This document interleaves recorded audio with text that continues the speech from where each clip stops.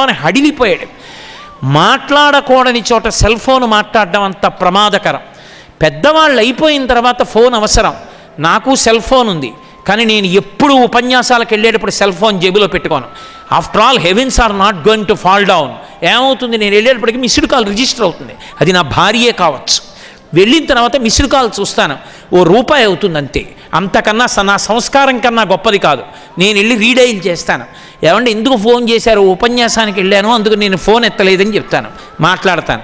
అంతేకాని ఉపన్యాసానికి వచ్చి సెల్ మాట్లాడడం, పెద్దలు మాట్లాడుతున్నా సెల్ ఫోన్ మాట్లాడుకుంటూ కూర్చోవడం, అర్థం పర్థం లేని మెసేజ్లు రిసీవ్ చేసుకోవడం నేను అడ్మిట్ చేయను. టెలిఫోన్ అనేటటువంటిది మన జీవితంలో అవసరానికి ఒక ఉపయుక్తమైనటువంటి పరికరం అంతే. అది ఎప్పుడు అవసరం, మీతో మాట్లాడవలసిన అవసరం, మీరు నిర్ణయాలు చేయవలసిన అవసరం మీరు పెద్దవాళ్ళు అయ్యాక. ఈ వయస్సులో సెల్ ఫోన్ ఉండవలసిన అవసరం ఏమిటి? సెల్ ఫోన్ కంపెనీలు అమ్ముకోవాలి కాబట్టి అవి ఎన్నైనా